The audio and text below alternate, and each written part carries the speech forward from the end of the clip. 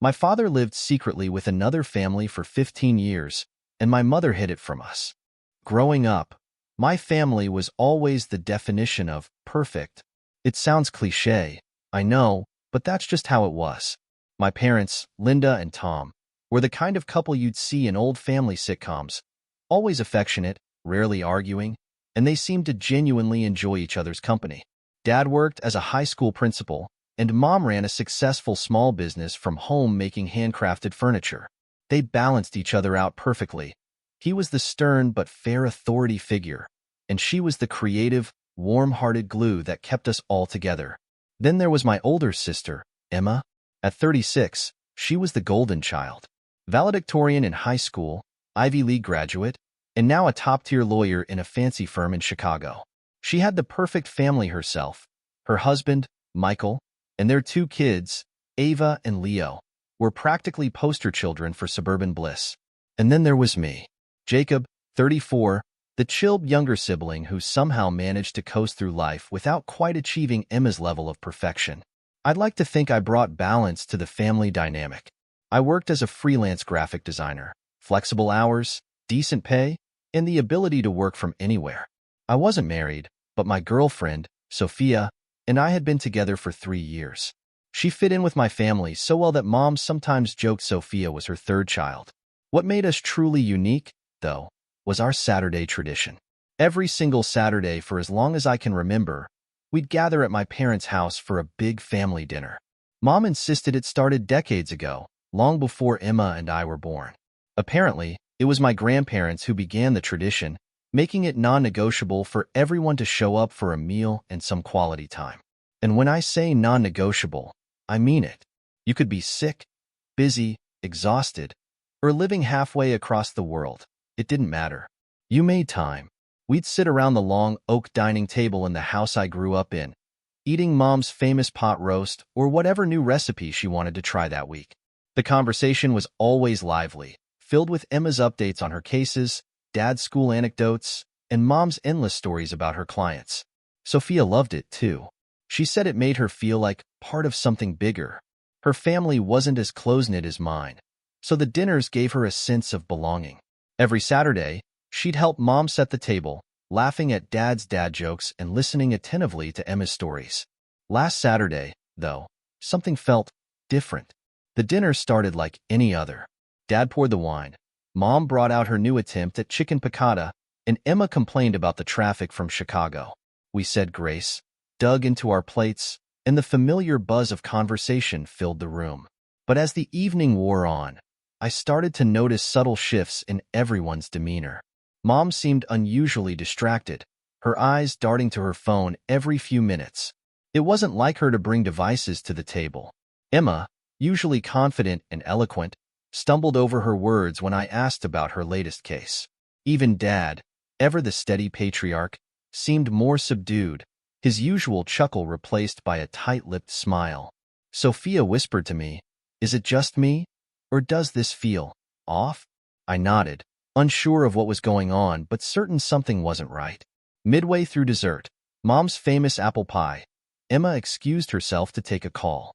I glanced at Dad, expecting him to make a snarky comment about her workaholic tendencies, but he just stared at his plate. When Emma returned, she looked pale. Her hands trembled as she picked up her fork, and she didn't say a word for the rest of the meal. After dinner, as we gathered in the living room for coffee, Mom cleared her throat. "We need to talk," she said, her voice shaking. My heart sank. Those 4 words are never good. I didn't want to bring this up during dinner, but we've been keeping something from you, she said, looking at Dad, who nodded solemnly. Emma spoke up before Mom could continue. "It's about the family business," she said, her voice uncharacteristically shaky. "What about it?" I asked. Mom hesitated, then said, "We're in trouble. Financial trouble. Big trouble." She explained that her once thriving furniture business had been bleeding money for months. Orders weren't coming in, suppliers were charging more, and her expenses were skyrocketing. She tried to keep it afloat, even taking out a second mortgage on the house without telling us. "I thought I could fix it," she said, tears welling in her eyes. "But it's worse than I realized." Dad chimed in, his voice grim. The bank is threatening foreclosure. If we don't come up with the money soon, we could lose the house. The house. The place where we'd spent every Saturday for decades. The heart of our family. Why didn't you tell us sooner? Emma demanded. We didn't want to worry you, Mom said. The room fell silent as we absorbed the news. Then Emma broke the silence. There's something else, she said, looking at Mom. Mom froze, her eyes wide. Emma, no. They need to know, Emma insisted. What is it? I asked, my stomach twisting into knots. Emma took a deep breath. The business isn't the only problem. Mom and Dad, they've been arguing. A lot. I blinked. My parents? Arguing? That was impossible. They've been putting on a front, Emma continued. But their marriage is falling apart. Sophia gasped beside me. It's true, Mom admitted, her voice barely above a whisper. We've been struggling. Tom and I aren't the same people we used to be. I felt like the floor had been ripped out from under me. The perfect family, the perfect marriage, it was all a lie. That Saturday started like every other one. The table was set. The house smelled of roast beef and freshly baked bread, and the familiar hum of conversation filled the living room. It was one of those rare evenings when everyone made it. My older sister Emma, her husband Michael, and their two kids, Ava and Leo. My younger brother Luke, a little rough around the edges compared to the rest of us, had arrived late but in good spirits. Even Sophia seemed extra bubbly as she helped Mom arrange the salad. Dinner began with the usual routine. Dad saying grace, the sound of clinking cutlery, and a round of polite updates about everyone's week. Emma launched into a story about a case she was working on, something about corporate fraud. Luke rolled his eyes, muttering something under his breath about rich people problems, but no one paid much attention. It was typical Luke, always the skeptic, never quite fitting into the mold of our perfect family. As we moved on to the main course, Dad cleared his throat. The table quieted instantly. Dad wasn't the type to interrupt the flow of conversation unless it was serious. I noticed his hands trembled slightly as he set down his fork. I have something to say, he began, his voice heavy and deliberate. Mom's face went pale, her eyes darting toward Dad. She opened her mouth as if to stop him, but then closed it again, her lips pressing into a tight line. A wave of unease rippled through the room. I'm filing for divorce, Dad announced, his words cutting through the room like a knife. The air seemed to be sucked out of the dining room. Emma froze mid-bite, her fork suspended in the air. Luke slammed his drink down onto the table, the sound echoing in the silence. Sophia gripped my arm tightly, her nails digging into my skin. For a moment, no one spoke. It was as though no one could comprehend what Dad had just said. Divorce? Emma finally managed to say, her voice tinged with disbelief. Are you joking? No, Dad replied, his tone resolute. I've been thinking about this for a long time. It's time for me to be honest with all of you. Honest? Luke scoffed, his voice dripping with sarcasm. This coming from the guy who's been preaching family values at us since we were kids? Dad sighed, running a hand through his hair. There's more to it than that. There's no easy way to say this, but I've been living a double life. My stomach churned as the meaning of his words sank in. What do you mean, a double life? I asked, my voice trembling. Dad looked down at his plate, unable to meet our eyes. For the past 15 years, I've been in another relationship. I have another family, a wife and 2 kids. The room erupted into chaos. Emma stood abruptly, knocking over her chair. Luke shoved his plate away, the silverware clattering loudly. Even Mom, who had remained silent until now, let out a small gasp, her hands covering her mouth. You're kidding, right? Emma demanded, her voice rising. 15 years? Another family? What the hell, Dad? Luke was already on his feet, pacing the length of the dining room. Unbelievable, he muttered. Absolutely unbelievable. I couldn't process what I was hearing. My father, Henry, the man who had always been the epitome of integrity and morality, had been lying to us for 15 years. He had another family? How was that even possible? How could he have kept something like that hidden for so long? Mom finally spoke, her voice shaky but composed. I knew, she said quietly. All heads turned toward her. You knew? Emma repeated, her tone incredulous. You knew about this and said nothing? Mom nodded, tears streaming down her face.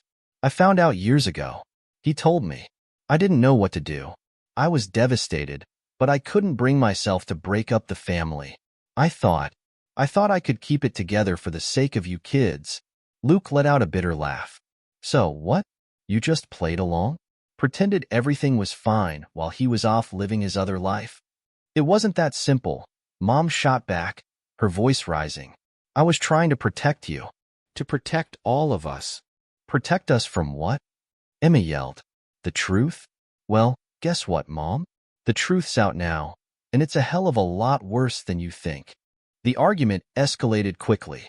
Emma and Mom were shouting at each other. Luke was pacing angrily, and Dad just sat there, staring at his hands. The kids, sensing the tension, had been ushered into another room by Michael, who looked just as shell-shocked as the rest of us. Sophia, usually the peacemaker, was too stunned to say anything. I sat there, frozen, trying to make sense of it all. How could this have happened? How could my parents, the people I had always looked up to, have let things get so completely out of control? Luke suddenly stormed out of the room, slamming the door behind him. Unreal, he muttered as he left. The silence that followed was deafening. Emma sat back down, her face buried in her hands. Mom was sobbing quietly, and Dad looked like a man who had aged 20 years in a single evening. I need to explain, Dad finally said, breaking the silence. I know I've hurt all of you, and there's nothing I can say to make this right. But I want you to understand why. Why? Emma spat. What possible reason could you have for doing this? Dad hesitated, then said, It wasn't about not loving your mother. I do love her. I always have. But there were things missing. I met someone else and things happened. I didn't plan for it to turn into a second family, but it did. And once it did, I didn't know how to walk away. Bullshit, Luke said, re-entering the room, his face red with anger. You didn't walk away because you didn't want to. Don't act like you were some helpless victim of circumstance. Dad didn't argue. He just nodded as if to say, You're right. The rest of the evening was a blur. Mom tried to explain her reasons for staying silent, but none of us could really process it. Dad offered to answer any questions we had, but no one could think of any. The shock was too fresh, the betrayal too deep. By the time we left, the family dinner, a tradition that had once been a symbol of unity, felt like it had been irreparably shattered. Sophia and I drove home in silence, the weight of what we had learned pressing down on us like a suffocating blanket. That night, as I lay awake staring at the ceiling, one thought kept running through my mind. If my family, the one thing I had always believed to be perfect, could fall apart like this, what did that mean for everything else in my life? The fallout from that disastrous family dinner was immediate and brutal. It started the very next morning in our family group chat, which had been quiet for hours as everyone processed the bombshell. I woke up to my phone vibrating nonstop. Luke had broken the silence in his usual blunt fashion. Are we just gonna pretend Dad isn't the biggest liar in the history of lying? He wrote. His message was followed by a string of angry emojis and another message. 15 years. 15 years of bullshit, and we're all just supposed to nod and smile like it's fine. Emma jumped in, as she often did, to try and restore order. Luke, let's not make this worse. Everyone's still processing. Processing? Luke fired back. What's there to process? He lied to us, to Mom, to everyone. And for what? So he could play house with some other family? He's a selfish asshole. I stayed out of it at first, scrolling through the messages and trying to decide if I should say anything. But then Luke started tagging people directly, including me. Jacob, you're awfully quiet. Let me guess, you're gonna defend him, aren't you? Or maybe you're too busy pretending this whole thing didn't happen. I sighed, rubbing my temples. I knew better than to engage with Luke when he was in this kind of mood, but he wasn't going to let me sit on the sidelines. I'm not pretending anything, I finally typed. I just think we need to talk about this face-to-face, not over text. This isn't helping. Luke's response was immediate and scathing. Oh, of course. Mr. Peacemaker doesn't want to rock the boat. Newsflash, Jacob. The boat's already sinking. Emma tried to intervene again. Luke, stop. This isn't the way to handle this. But Luke wasn't done. And don't even get me started on Mom. She knew. She knew, and she just sat there playing happy family. Are we supposed to applaud her for that? That comment hit me like a punch to the gut. As much as I hated to admit it, Luke had a point. Mom's revelation that she had known about Dad's other family for years was almost as shocking as Dad's confession. It raised a million questions I didn't have answers to, and the more I thought about it, the more unsettled I felt. Later that day, I went over to my parents' house to check on Mom. The house was eerily quiet when I arrived. Mom was in the kitchen, staring blankly at a pile of mail on the counter. She looked up when I walked in, her eyes red from crying. "Jacob," she said, forcing a smile. "I wasn't expecting you. I wanted to see how you were doing," I said, pulling out a chair at the kitchen table. "How are you holding up?" She let out a heavy sigh and sat down across from me. "I don't know. One minute, I feel like I've made peace with everything. The next, I feel like the world is falling apart." We sat in silence for a while before I finally worked up the courage to ask her the question that had been nagging at me since the dinner. "Mom, can I ask you something? Why didn't you tell us about Dad? About everything?" She hesitated, her fingers fidgeting with the edge of her sweater. "I thought I was protecting you," she said finally.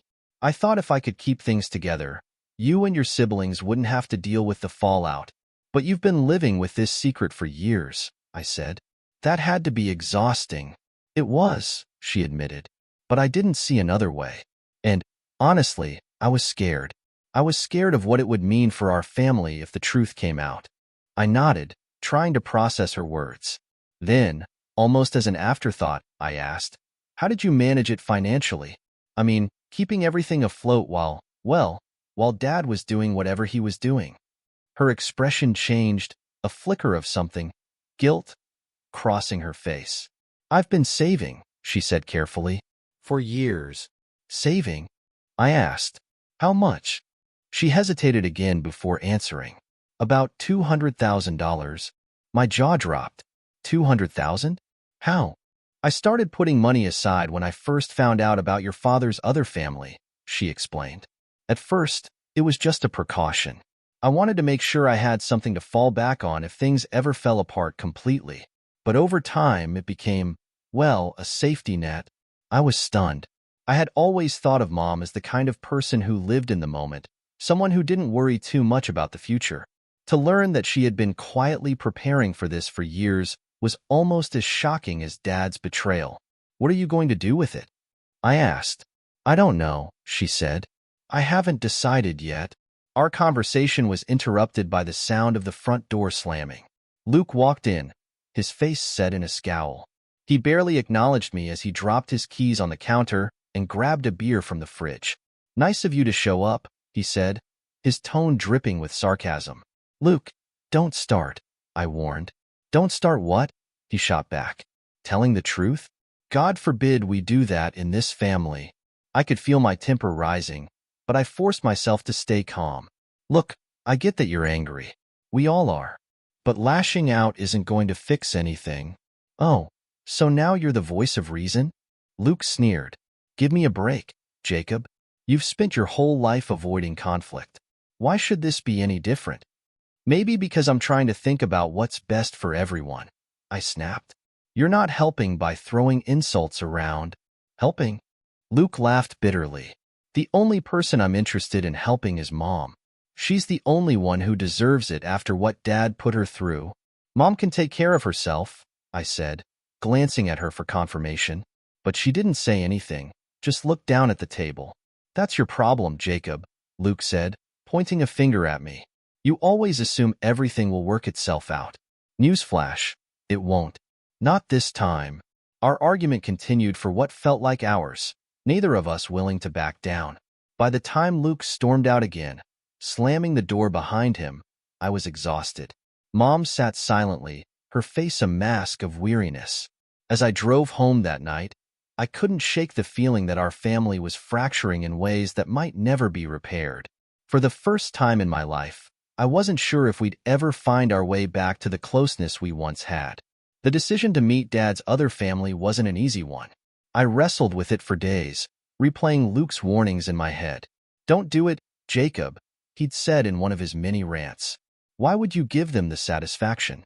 They're part of the problem." But the thing was, I couldn't stop thinking about them. I couldn't wrap my head around the idea that there were two whole people out there, kids, no less, who were technically my half-siblings. It felt surreal, like something out of a bad soap opera. And as much as I wanted to side with Luke and pretend they didn't exist, I knew I couldn't.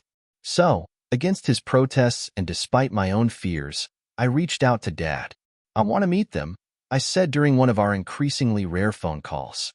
There was a long pause on the other end of the line. "Are you sure?" Dad finally asked. "No," I admitted. "But I need to do it. I can't keep ignoring this." Dad arranged everything. He gave me the address of their house, a modest two-story in a quiet neighborhood about 40 minutes from where I lived.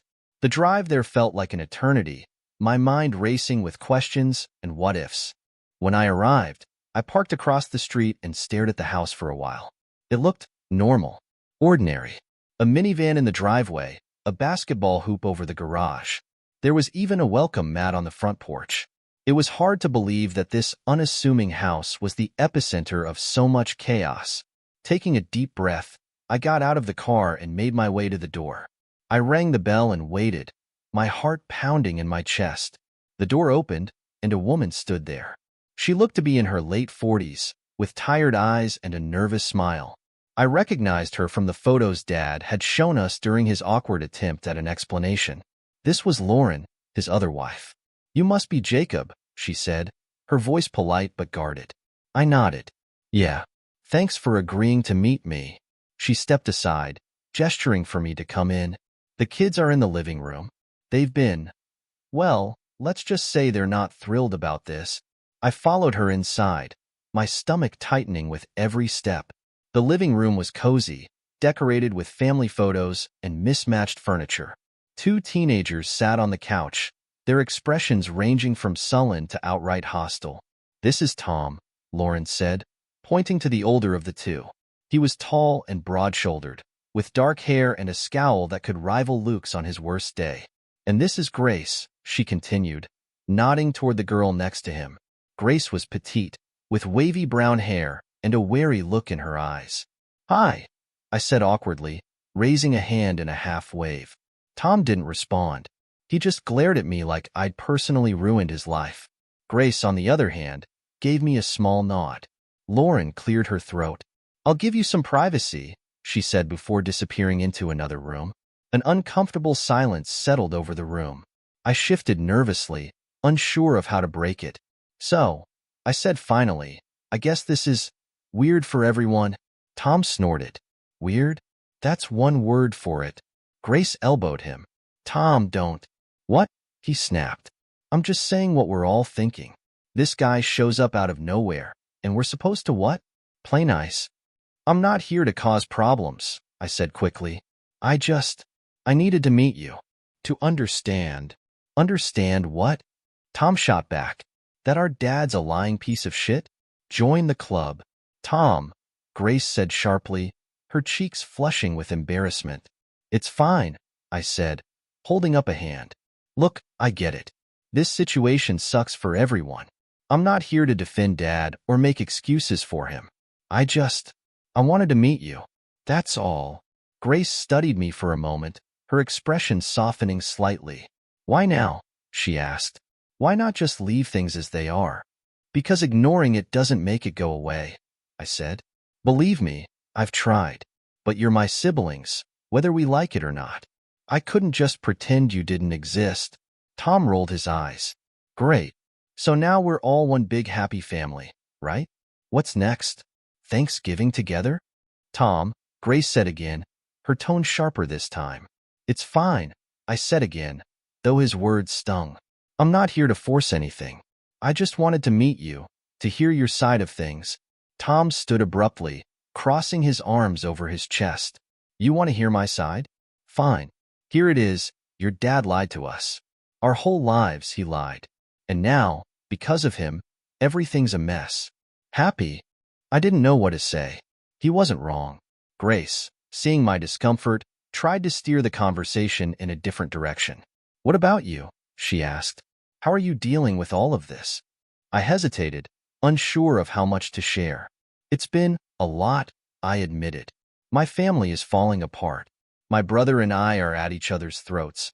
My sister's trying to hold everything together, and my mom, well, she's been keeping secrets too." Grace frowned. "What kind of secrets?" "She knew," I said, "about your family. For years. She just didn't tell us." Grace's eyes widened. "Wow, that's complicated. Tell me about it," I muttered. The conversation continued for a while, with Grace asking questions and Tom throwing in the occasional sarcastic comment. By the time I left, I felt both drained and strangely relieved. Meeting them hadn't solved anything, but it had answered some of my questions. As I drove home, I couldn't help but think about what Grace had said about things being complicated. That was an understatement. This whole situation was a tangled mess, and I had no idea how we were ever going to untangle it. After meeting Dad's other family, I knew the fallout wouldn't be pretty, but I wasn't prepared for just how bad it would get.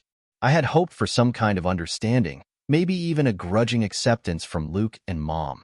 Instead, I got anger, betrayal, and a growing chasm I wasn't sure we could ever bridge. The first blow came from Luke. It started with a phone call, which was unusual enough.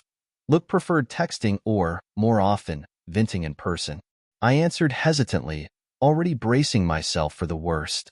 "So, you actually went through with it," he said, his voice cold. "Look," I began, but he cut me off. "Don't bother explaining," he snapped. "I already know. Emma told me. You met them. You met his kids, his other family, and you're just fine with it?" "It's not about being fine with it," I said, trying to stay calm. I needed to understand. I needed to see for myself. "See what?" Luke demanded. "That they're real? That Dad's a scumbag who betrayed us for 15 years? Congratulations, Jacob. You figured it out. Now what?" "Luke, you're not being fair," I said, my patience starting to fray. "This isn't black and white. They're just as much victims as we are." "Victims?" He laughed bitterly. "Give me a break. They knew about us, Jacob. Did they tell you that? They knew, and they didn't care. And now you're cozying up to them like it's all water under the bridge. Do you even care about this family anymore?" "Of course I care," I said, anger bubbling up. "That's why I'm trying to figure this out. Ignoring it won't make it go away, Luke. Spare me the self-righteous bullshit," he said. "You've made your choice. You chose them over us." "That's not true," I said, my voice rising. "I'm trying to fix things." "You can't fix this," he interrupted. "And honestly, I don't want you to. I don't want anything to do with you, Jacob. You're not my brother anymore." The line went dead before I could respond. I stared at my phone, his words ringing in my ears. Not my brother anymore. The weight of it hit me like a punch to the gut. Luke had always been stubborn, quick to anger, but this felt different. This felt final. I tried to shake it off, telling myself he'd cool down eventually, but the next few days only made things worse. Luke blocked me on social media and stopped responding to my texts. Emma, ever the mediator, tried to reassure me. "He doesn't mean it," she said during one of our late-night phone calls. "He's just angry. He'll come around." "Will he?" I asked, doubt creeping into my voice. "Because it feels pretty permanent." "He's Luke," she said with a sigh. "He's always been dramatic. Give him time." But time didn't seem to help. If anything, the distance between us only grew wider. And it wasn't just Luke. Mom, who had been my rock through so many tough times, was suddenly distant. At first, I thought it was my imagination, but the signs were hard to miss. She stopped calling as often, her texts became shorter and less frequent, and when I visited her house, she always seemed distracted. Finally, I confronted her. It was a Sunday afternoon, and I had stopped by unannounced. She was in the garden, tending to her flowers, a hobby she'd taken up to find some peace, as she put it. "Mom, can we talk?" I asked, standing awkwardly on the patio. She glanced up briefly, then returned to her pruning. "What is it, Jacob?" I hesitated, unsure of how to start. "Have I done something to upset you?" She stopped mid-snip, her shoulders stiffening. Why would you think that? Because you've been avoiding me, I said. You barely call anymore, and when I come over, it feels like you don't even want me here. She sighed, setting down the shears. Jacob, it's not that I don't want you here. It's just, I'm disappointed. The word hit me like a slap. Disappointed? I repeated, my voice cracking. In me? Yes, she said, turning to face me. I don't understand why you felt the need to meet them. After everything your father has done, after all the pain he's caused, you still went to them. How could you do that to us? To me? I wasn't trying to hurt you, I said, my throat tightening. I just needed to understand. Understand what?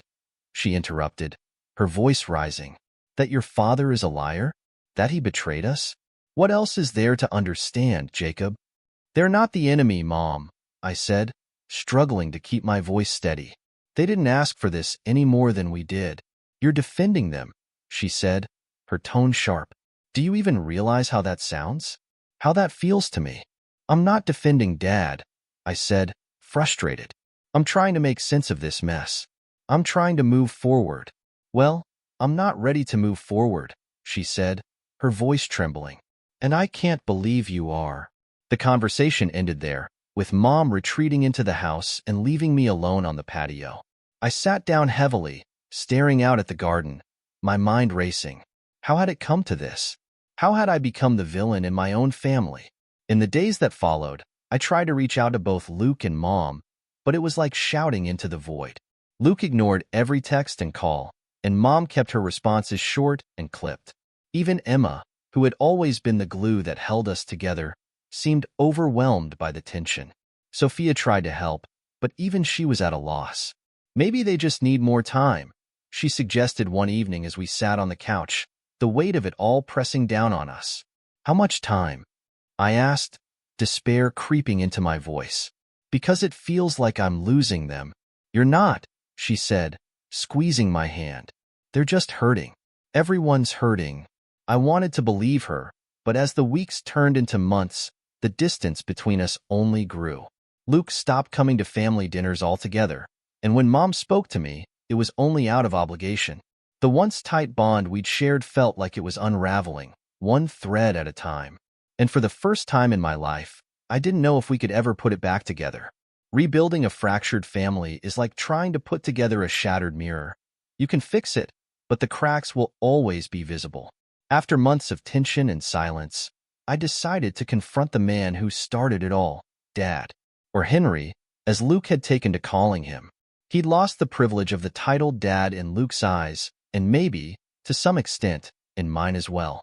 The decision wasn't easy. Meeting with him felt like opening an old wound that had barely begun to heal. But I couldn't ignore the gnawing need for answers, for closure. So, one rainy Thursday afternoon, I called him. Dad, we need to talk, I said. There was a long pause on the other end of the line. I was hoping you'd call, he said finally. Come by the house tomorrow. I'll be here. The next day, I found myself standing outside his modest rental home. It was a far cry from the house I grew up in, and I couldn't help but feel a pang of sadness as I knocked on the door. He opened it almost immediately, looking older and more worn than I remembered. His once neatly trimmed beard was now flecked with gray, and his eyes carried the weight of a man who had spent too much time regretting his choices. Jacob, he said, his voice a mixture of relief and apprehension. Come in. The house was small and sparsely decorated, a clear indication that he hadn't fully settled into this new chapter of his life. We sat in the living room, a small coffee table between us.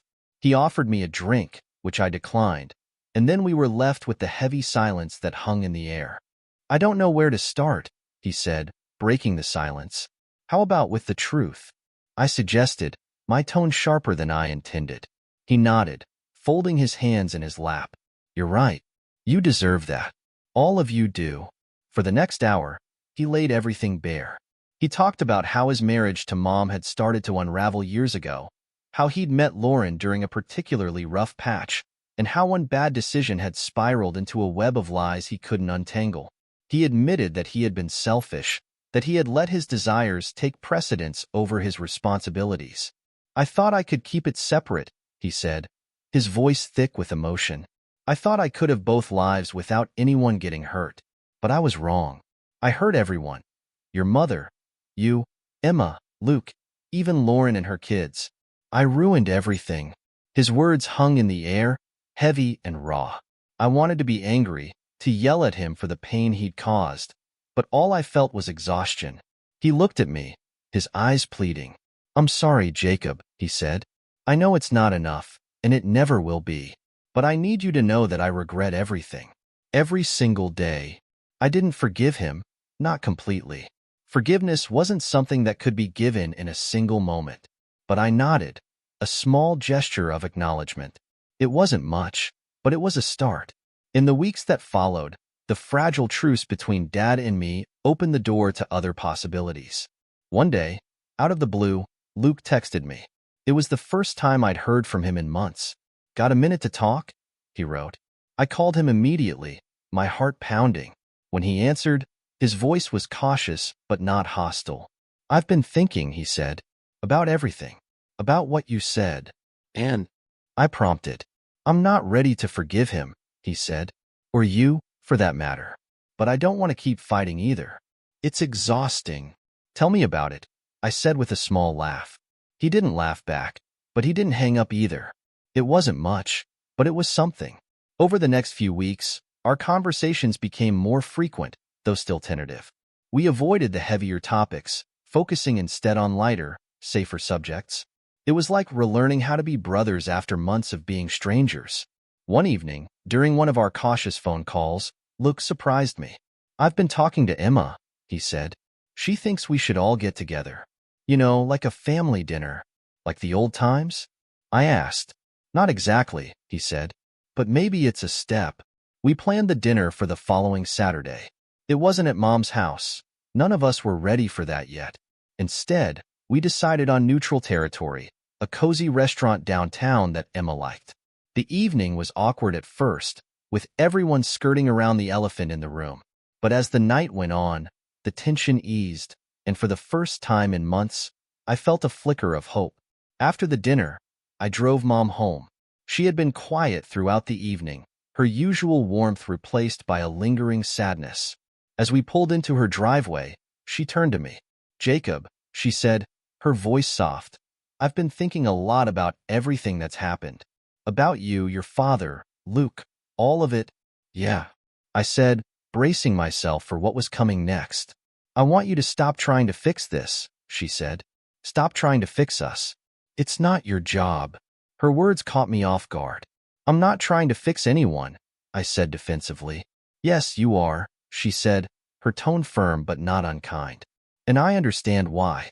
You've always been the one to hold things together, to try to make everyone happy. But this isn't something you can fix, Jacob. We all need to find our own way through this. And so do you. I didn't know what to say. She reached over and squeezed my hand. You've done more than enough, she said. Now it's time to focus on your own life. Her words stayed with me long after I left her house. She was right, of course. I had been so focused on mending the broken pieces of our family that I had neglected my own well-being. It was a sobering realization, but also a liberating one. The road to reconciliation wasn't smooth or easy. It was filled with setbacks, awkward conversations, and moments of doubt. But slowly, painfully, we began to rebuild. And while our family would never be the same, we were learning to live with the cracks, to find beauty in the imperfections.